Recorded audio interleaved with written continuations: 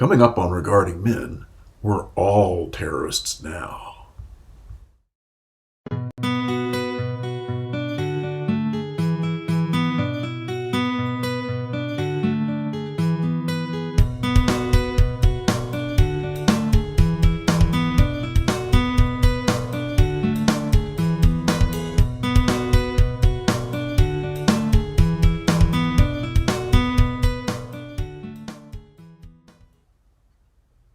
Hello there. I think I'm having technical difficulties, so if I'm freezing on screen, you'll know why. I'm Janice Fiamengo, and I am very pleased to welcome you all to Regarding Men, where we hold men in high regard, and we are happy to promote the death of red pill isolation. And I'm joined with my two favorite comrades in arms, rhetorical arms that is, and they are Paul Elam of paulelam.com and Tom Golden of Men Are Good. Men are good. And we are discussing today the designation of various men's groups as terrorist entities and whether that's a good idea or not. We're going to start off by looking at an excellent article that was published in a journal called, I wrote it down, Homeland Security Today. Sorry about that. I've got mind blanks going on today. Homeland Security Today had an excellent article. It's one of the most sensitive and insightful articles that I've ever read, I think, about the group of young men who call themselves incels, and the huffing and puffing that has gone on over the last few years amongst academics in particular, especially feminist academics, of course, and then politicians and various security experts about the threat that they allegedly pose. And so this article was written by a group of writers, none of whom I knew except for one, a woman named Nama Cates. I know her because she's been interviewed on Honey Badger Radio on a number of occasions. Really? She does a weekly issue, and she is excellent. She has taken, in her own words, I think, deep dives into the incel community. She approaches incels with empathy as well as deep interest and concern. And she has a weekly podcast about incels. And I think that very profound knowledge and empathy really comes through in this article, which makes the not particularly surprising but much needed argument that simply focusing on incel violence and demonizing all incels as potential terrorist threats is not a very useful approach, and that in fact looking with interest at the grievances, the antecedent causes that produce incels is a much more productive response. And this article, maybe you could put it up, Tom, the title of it there. The article is called "What Incels Can Tell Us About Isolation, Resentment, and Terror Designations." And the main argument that is made in the article is that, guess what? Surprise, surprise. If you take a group of young men who are characterized by their sense of total isolation, total alienation, abject loneliness, unwantedness, and you designate that group a terrorist threat, they resent it. And given that incels are characterized by... Yeah, you don't say. Yeah, wow. It doesn't actually help things. It makes their sense of isolation and resentment far greater rather than far less. So why is it that so many academics and researchers are really enthusiastic about having them classified as terrorists? Yes. That's essentially the argument overall. And the article makes a number of really important points about who incels are, and the problems, the theoretical and practical problems of designating them as members of a terrorist group. You want that first page up, Janice?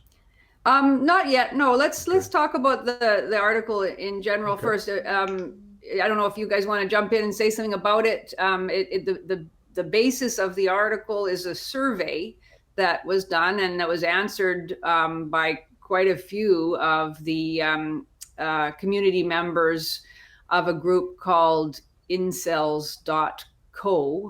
And it was basically asking about COVID-19 and the effect of COVID-19 restrictions, lockdowns, etc., on the sense of isolation and resentment that incels experienced.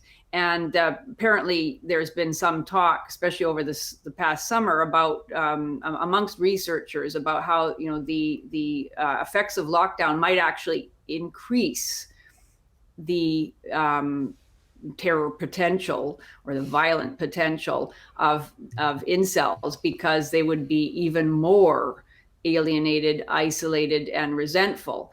And oh, by the way, if for anybody who doesn't know, I'm sorry I jumped ahead here.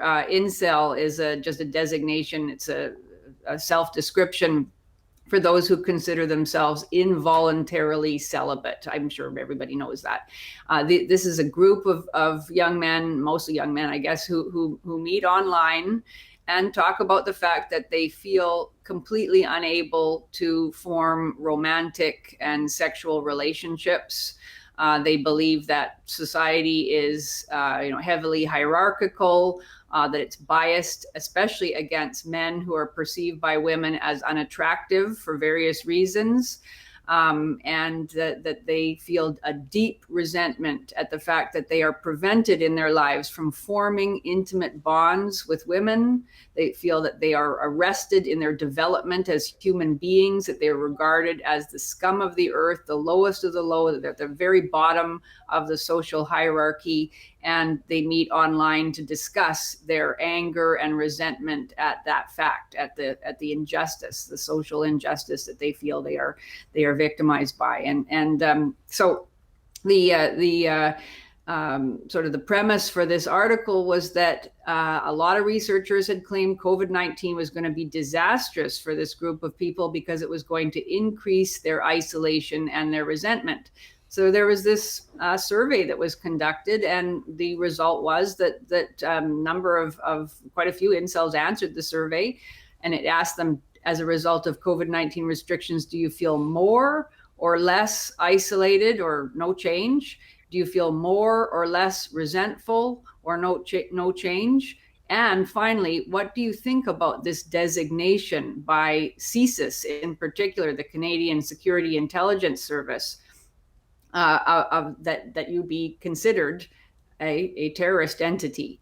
And not that surprisingly, the answer was that there was really little change in the sense of isolation as a result of COVID-19. A lot of guys said, I'm already isolated. Right. I can't be any more isolated. I already, have no community. I'm not part of anything, so I don't feel any different. And asked about the resentment, most said, I don't feel more resentment. A few even said, I feel like, well, at least maybe some other people now understand what I'm going through, right, and know something about my life. So few felt somewhat less resentful, but most said no, not really any differently. Some said kind of sick and tired of hearing people complain about a 3-month lockdown while I've been in lockdown for my entire life.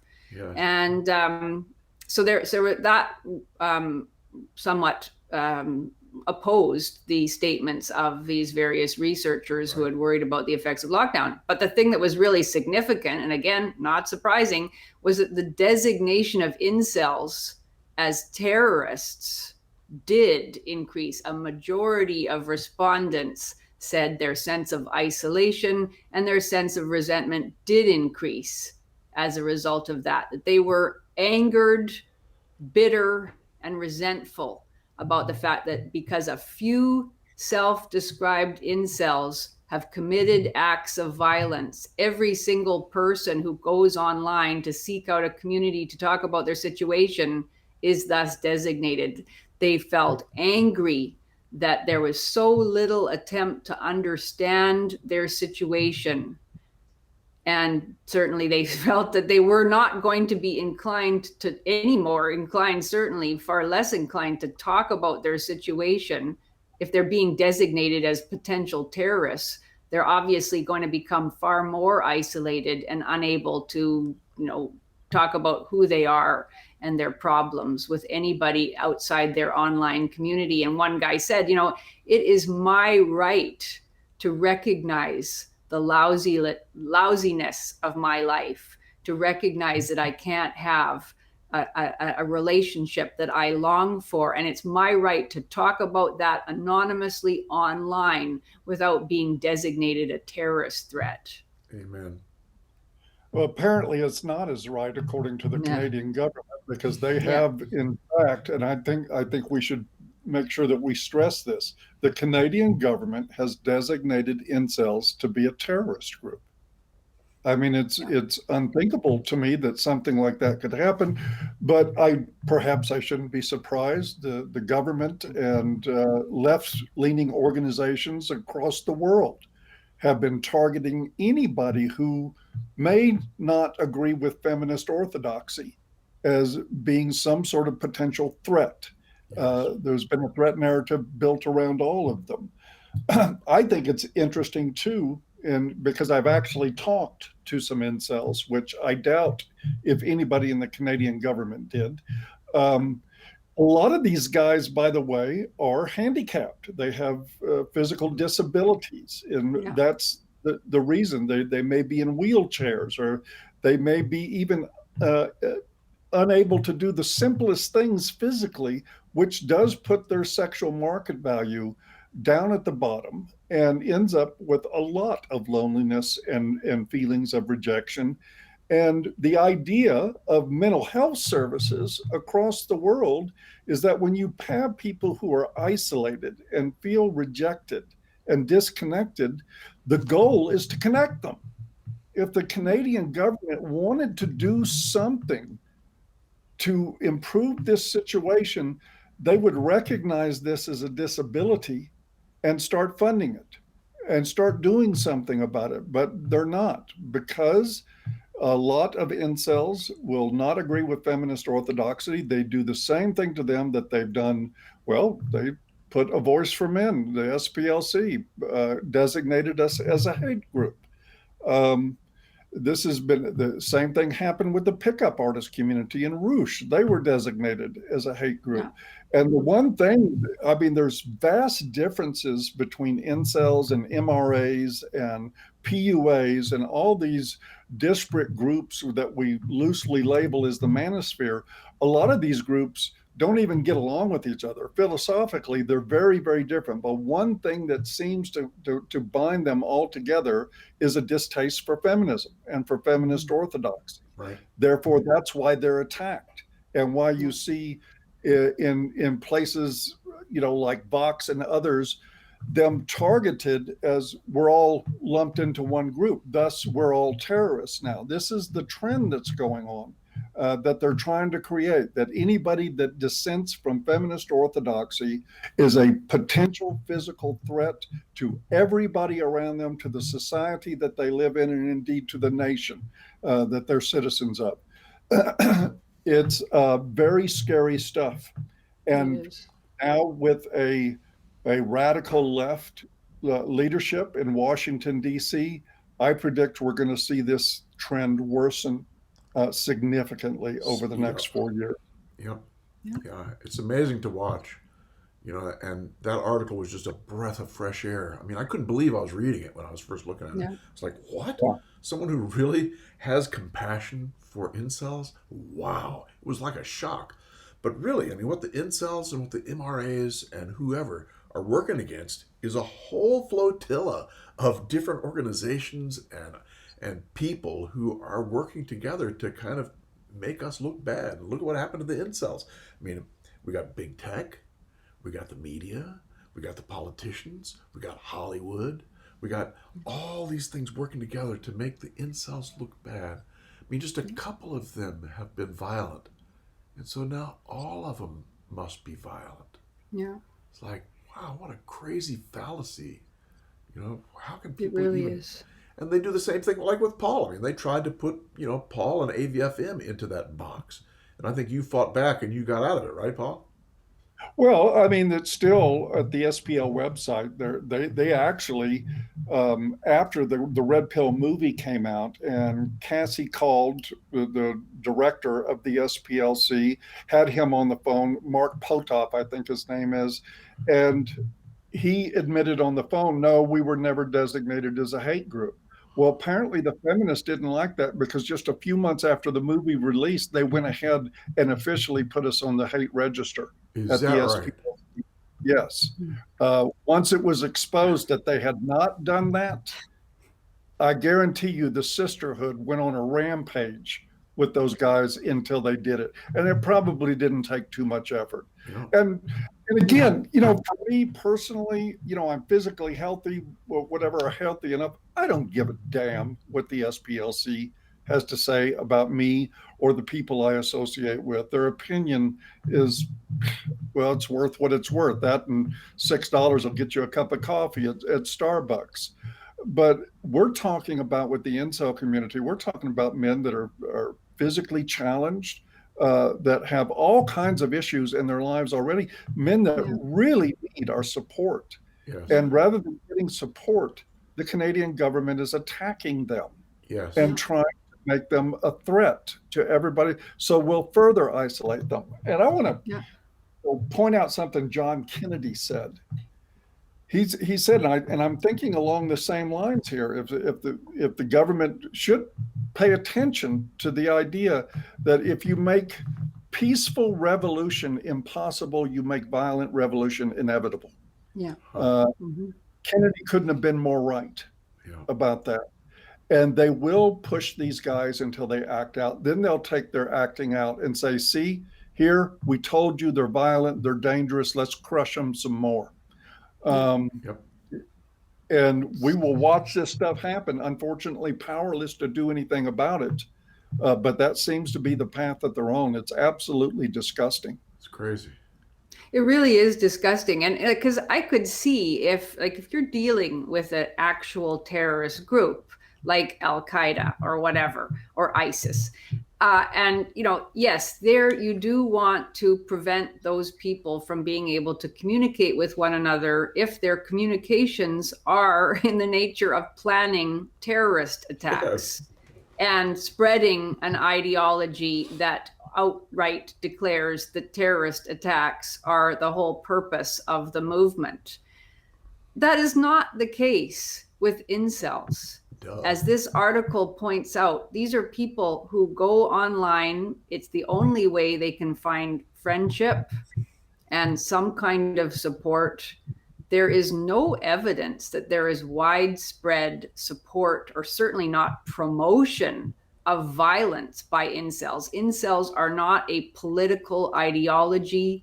They do not have a political manifesto. They do not seek to overthrow society in order to install some other kind of regime. It is ludicrous to place inceldom, as this article uses the term, alongside radical Islamic terrorism or any other kind of terrorism. It simply is not. And the notion that preventing incels from communicating with one another is going to in any way reduce the likelihood, which is a small likelihood, of violence, is just, it's nonsense and very dangerous. I mean, you really have to believe that some number of these researchers, I mean, feminists have had a field day with incels. The incel community has been the greatest gift to feminism of the past 5 years that one could imagine.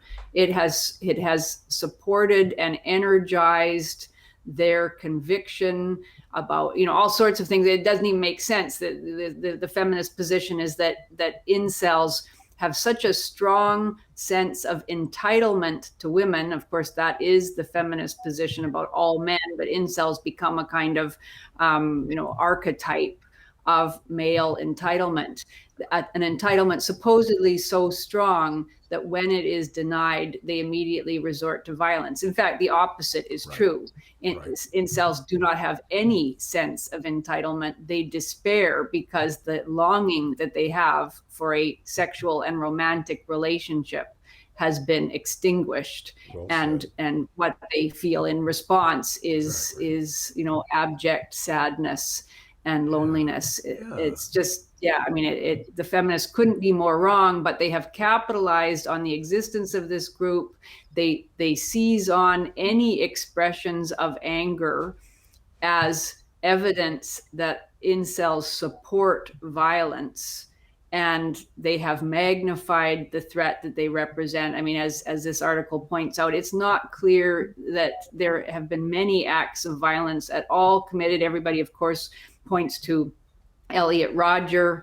There are a few others, and feminists enthusiastically mine through every example of violence to try to be able to claim that it has some kind of incel ideological origin.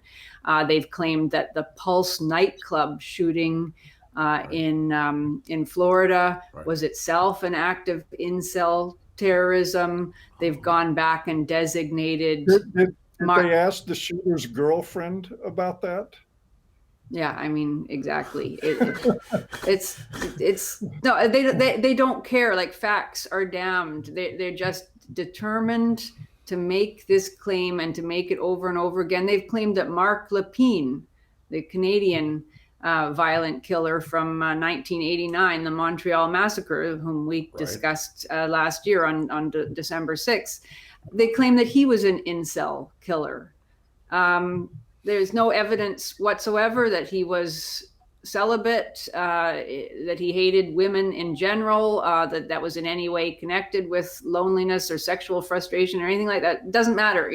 This is an attempt to smear the loneliest and the most abject, simply to reinforce feminist ideology. And in fact, I think that many feminists who write about incels with such gloating and glee actually prefer the idea that some of these young men be pushed into violence, because it confirms their narrative and their standing and their ability to push for the various policies and privileges that feminists are always pushing for. And it justifies their fear.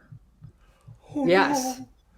Yeah. And that's what scares me, though, the most out of all of this is that you remember you mentioned Elliot Rodger. Right after that shooting, it was like the next day or 2 days later, I think it was a Daily Dot came out with an article trying to tie Elliot Rodger to A Voice for Men and to the men's movement, because we didn't have the term incels at the time. Right. So they made a quick attempt. Elliot Rodger was angry. Never mind that he killed men. Never mind that he has never had any known connection to any MRA group. No evidence he was ever even on A Voice for Men. Never commented anything like that. And I think what happened was that once they figured out they couldn't make that stick, they tried quite a few ways, couldn't make it stick. And then, just like you said, Janice, here comes the gift of the incel kingdom to feminists. Aha, now we've got somebody to directly, because Elliot Rodger was a guy, I don't know if you would call him an incel, he was a guy that couldn't get laid. But here's the problem to me, is that in any isolated, disenfranchised community, you have the potential for acting out violently. Of course. And the more you push those communities, we found out in the 1960s in Detroit and Watts, and as American cities were burning, that if you push people to the edge too much, they will act out violently. And I think that's what's happening here. I think you're right, Janice, the feminist collective could be no happier in the world indeed than to have some more of these guys kill some people. They can raise money on it. They can strengthen their narrative on it. They can create new organizations to combat incels out of it. They can get more government, more reach into government to control us in our individual private lives and to censor conversations like this, which is exactly what they want to do. It terrifies me for that reason. I think the Canadian government is creating killers right now. And I don't think it matters to them whether they're creating killers. I think once the narrative, once the government gets wind of how it wants to go, that's the way it goes. All truth, all consequences be damned. And this is it's a terrifying development to see the Canadian government designating incels, which largely a group of isolated, sad, handicapped men, as terrorists, up there with Boko Haram, with Al Qaeda, with ISIS. It's absolutely insane, but they're doing it, and they're gonna get worse about it, and it'll happen in my country too. Yeah, I'm sure. Yes. Let's take a look at the last couple paragraphs in the article, Tom, just to look at their conclusions, which I thought were really insightful. The last paragraph or the first ones? The first one, yeah, which these are that one, yeah. Okay, good. This is where they're talking about the implications of the terrorism designation. They say, second, it is clear that the terrorism designation and subsequently enhanced public scrutiny had a much higher impact on incel resentment over the recent period than in quarantine and isolation. As we just said, these are the results of that survey. It must be stressed that radicalization into violence remains a low base rate phenomenon, a product of there being very few actual terrorists relative to the number of those radicalized. Nevertheless, there has been a tendency to pay a disproportionate amount of attention to the violent extremist few, rather than to investigate how or why the vast majority of similar others did not become violent extremists. I mean, there's the money line. Amen. You know, why are these researchers exaggerating the actual percentage of violence committed? Why are they not far more interested in understanding why most of these very lonely, isolated, alienated men do not commit violence, and figure out why that is, and figure out ways to make sure that even fewer commit violence?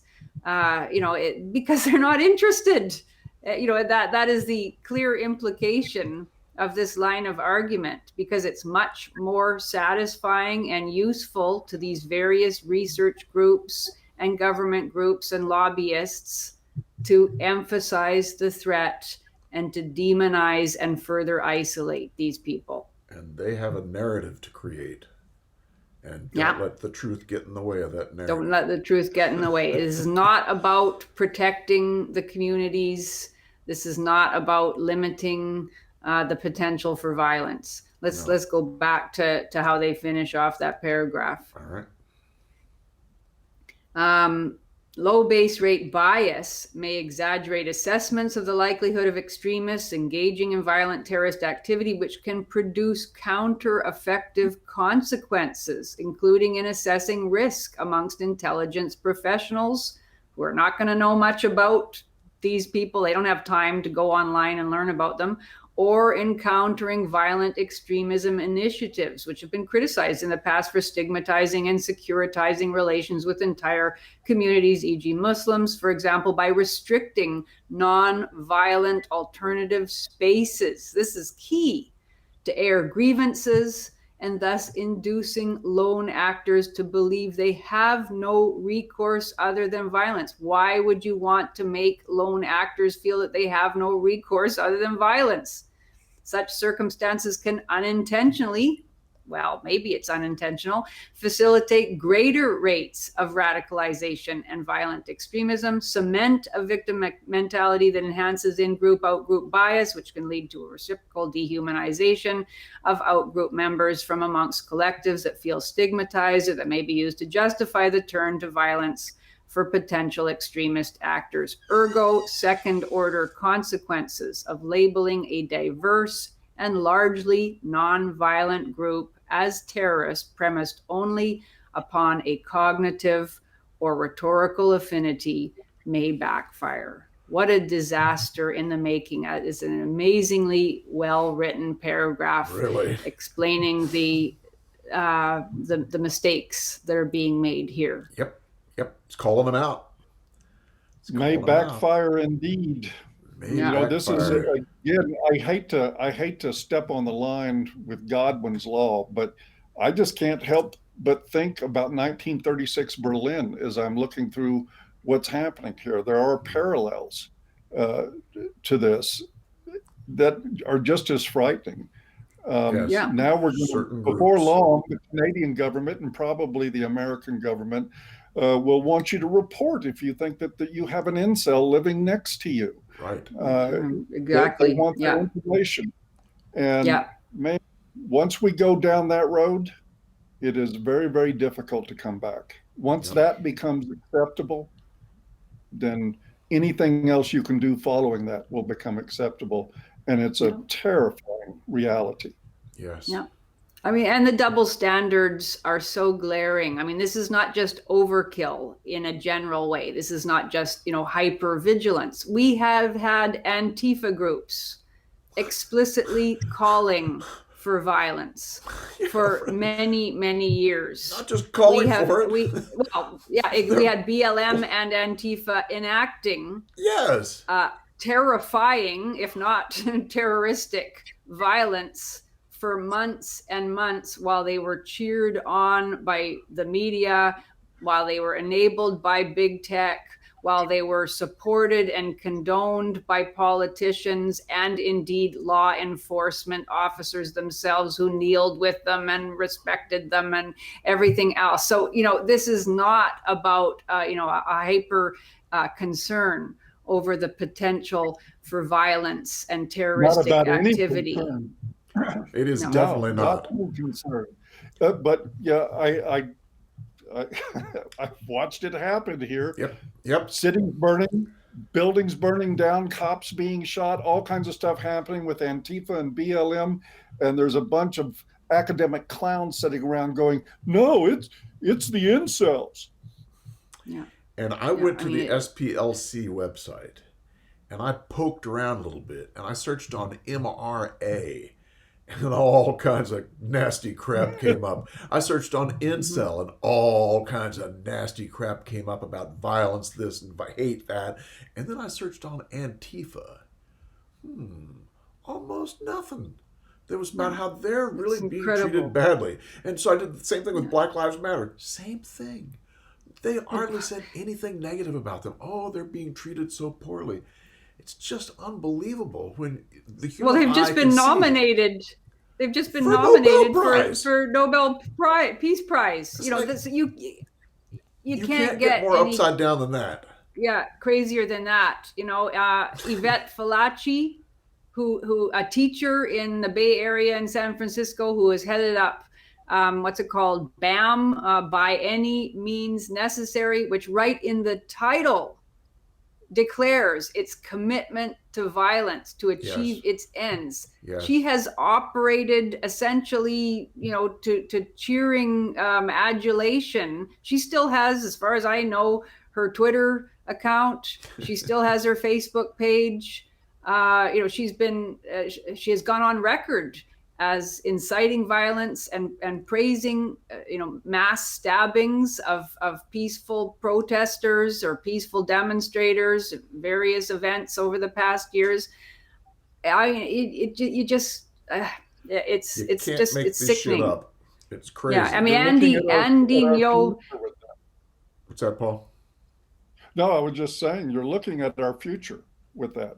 Our Yeah, future is long. They've already it's started the violence in Portland and Seattle. Yep. Since the election. It has emboldened Antifa and BLM to act out even more violently. And there is not a governmental agency in the world. And this speaks to a bigger problem, that the American Department of Justice, the American FBI, they're done. They're no longer serving the purpose that they were intended to serve for this country.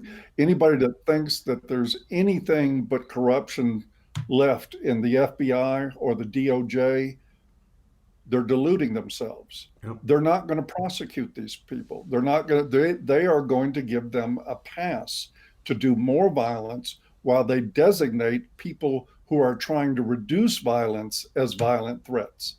yeah. Go figure the line of thinking on that, but that's what's happening. I agree. Crazy, I mean, crazy. how one can avoid coming to the conclusion that the agenda here is indeed to destabilize society to such an extent that a completely authoritarian or even totalitarian regime can come into power. It's hard to ignore or hard to avoid that conclusion. Maybe we should jump ahead, Tom, to the designation of the Proud Boys as a terrorist organization, or so at least it's the first step in making that happen. Yeah. Again, in Canada, good old Canada, where we've had MPs unanimously agree to urge the feds to designate the Proud Boys as a terrorist entity. This really, I mean, the Proud Boys formed precisely because they recognized that for years, long before Donald Trump, who is supposedly responsible for, creating division and polarizing and all this, long before Donald Trump, the Proud Boys recognized that it had become impossible for any non-leftist group to have a demonstration, to have a meeting, to invite a speaker onto campus without being beaten and terrorized by Antifa entities. And so they formed to oppose that violence. And now, this is the response.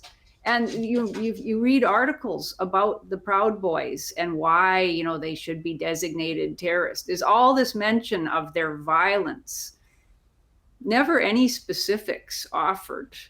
The leader of the Proud Boys, who is I mean, they're called a white supremacist group. The leader is not white.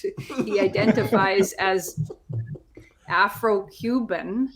Like the Proud Boys was explicitly a multiracial, multi-ethnic organization that wanted to assert the right of patriotic Americans and indeed Canadians, but mainly it's an American organization, to gather peacefully and to articulate their aims and their agenda to make America great.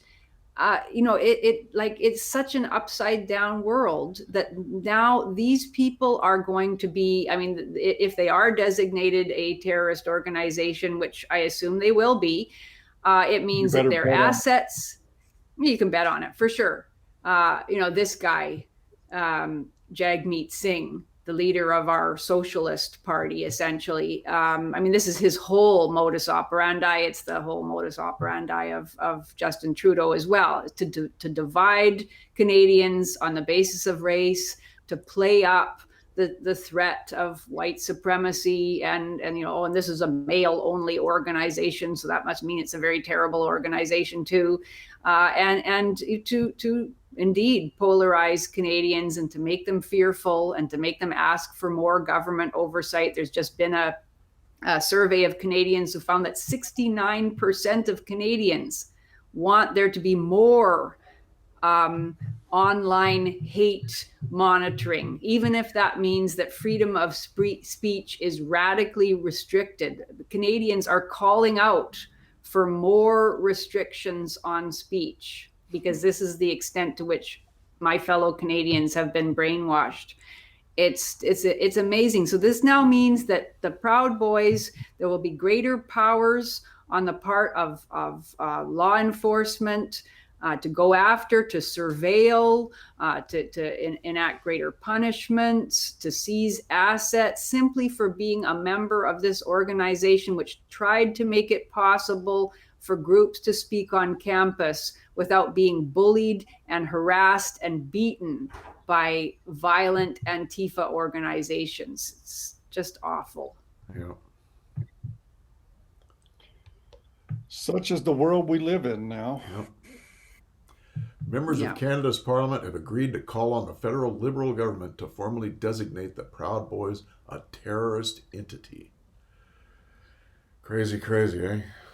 Yeah. It's not crazy if you consider one thing. I think the overall agenda here is you create one-party systems in all Western governments, right, where groupthink dominates and where we all become obedient little quiet consumer unit paying taxes. Yes. That's what they want. Ultimately control, keeping our mouths shut, keeping us working and paying taxes and buying shit from corporations that we don't need in order to escape from the actual slavery of what they're trying to turn our lives into.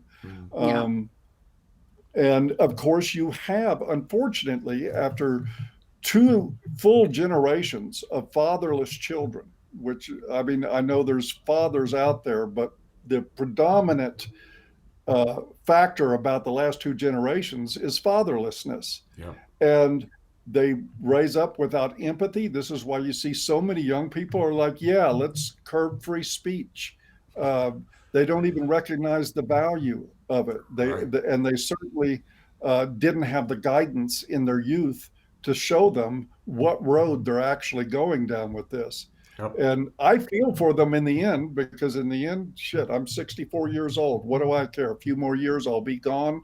And they can have this world. The only thing I regret about dying is that I won't be around to watch on TV as they're fishing for lunch out of dumpsters. But eventually that's going to happen too, just like it did in Venezuela. Yep. That's the governance they're shooting for. Why? It absolutely makes no sense to me, except if you look at it in the context of being angry, is a natural consequence of fatherlessness. You raise generations of angry people who are looking for something to point the finger at for the misery in their lives.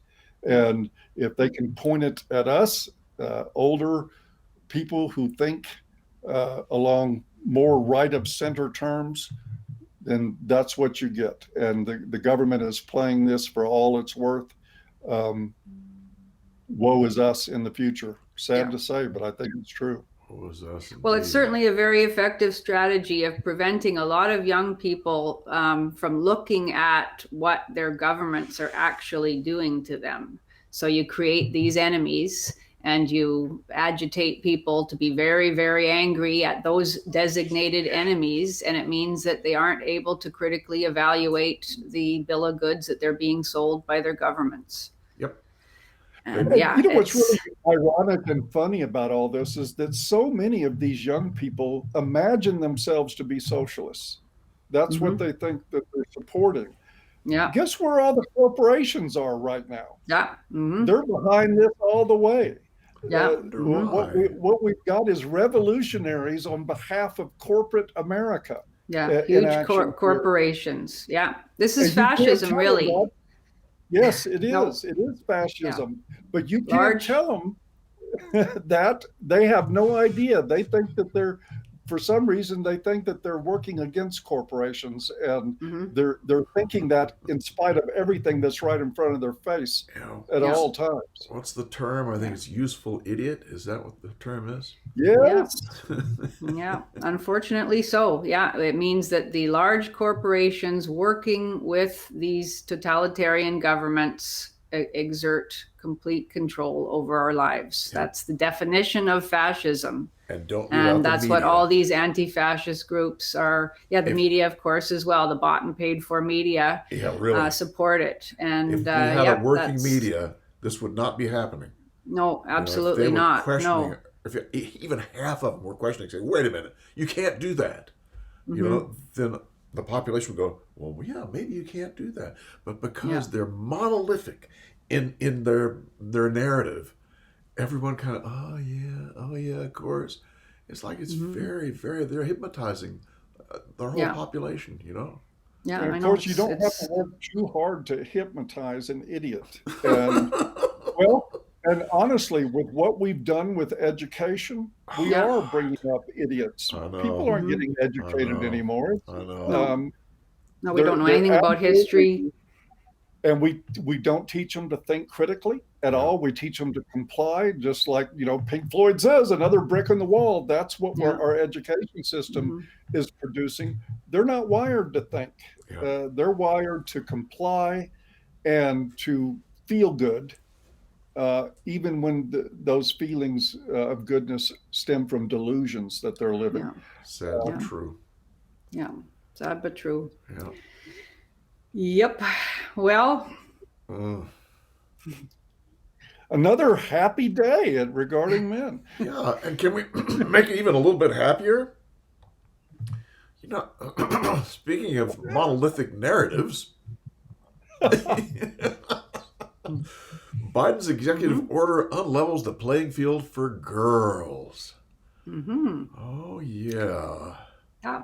Well, as we know, Biden has instituted a whole flurry of executive orders undoing much that the Trump administration accomplished and introducing the far left agenda of the Dems. And this is an interesting one. Yes, it is. Yeah, essentially, of course, saying that there can be no discrimination in sports against so-called trans women, those who are born male but transition to female.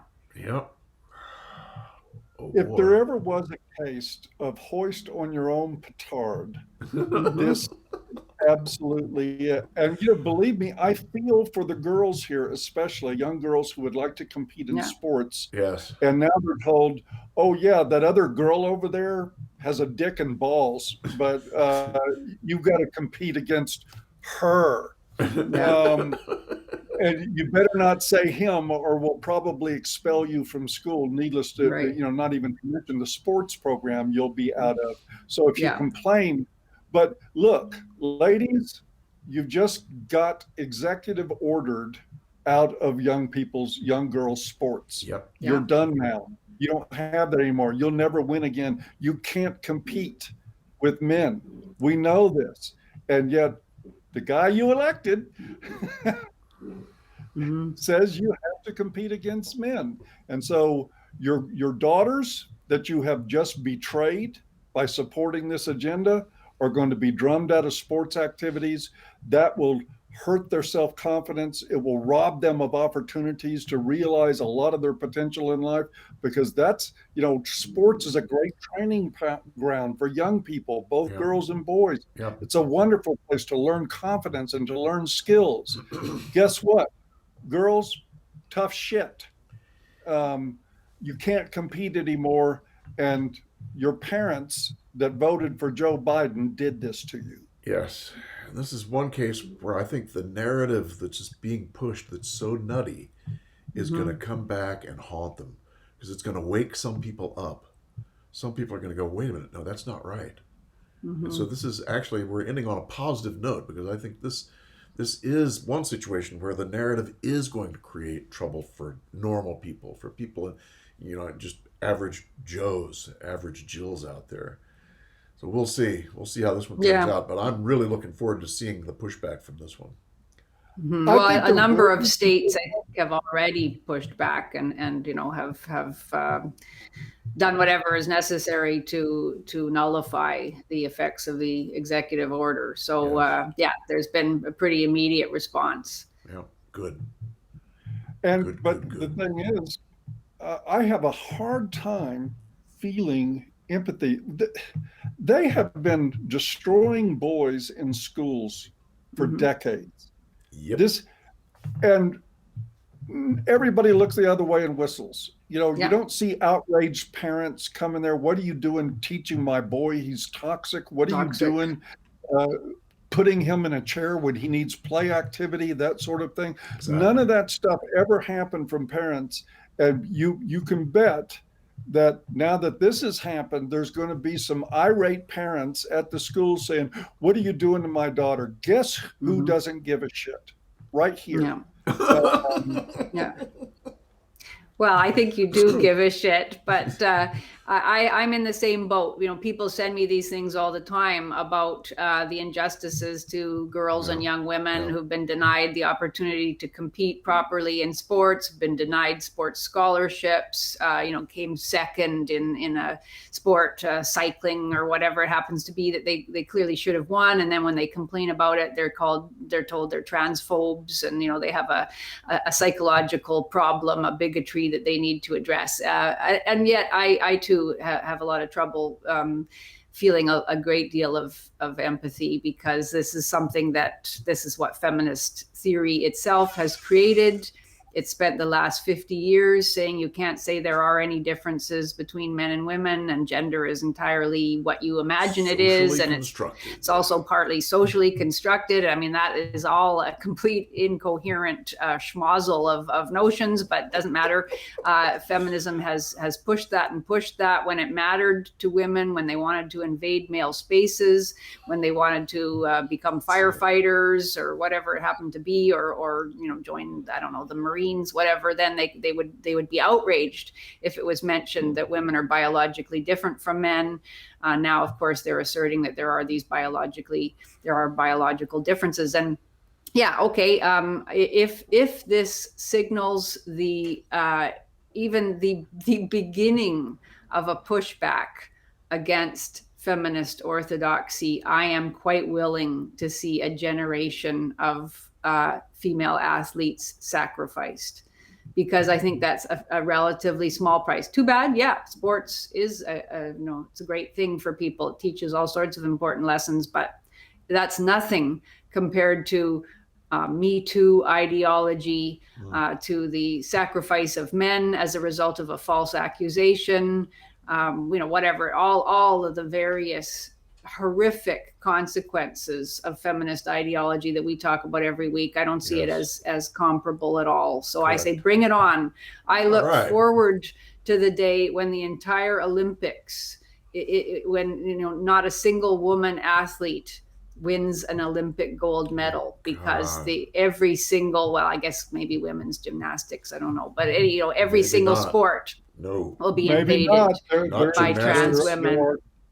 There are very small, thin, agile young men, some of which are going to identify as women, and they will go onto the mats and they will blow the women out of the water. It's all about upper body strength. Good point. Yep. So yeah, I look forward to that day. Bring it on then. Yeah, if this is where we're at, let's take it right to the end. I never imagined myself watching the Olympics for a good laugh, but I'm willing to try things new. Good point. Yeah, I've got something to look forward to. Absolutely. And a schmozzle of notions. I won't forget that one, James. Now, this hasn't reached the Olympic Committee yet, but it's only a matter of time, because the trans lobby, which is like 0.02% of the population, is a very powerful one. It sure and is. We should pay attention to that. Yeah. Oh, well. Yep. Well, even when it comes to women's athletics, the fact of the matter is that men are good. That must mean we're ending. Must be. That's good. Are we finished? Good discussion. I think we are. Good discussion. Well, no, we're not finished, but girls' sports are. Yeah. On that note, you all take care. Have a good week. Bye-bye. Next time.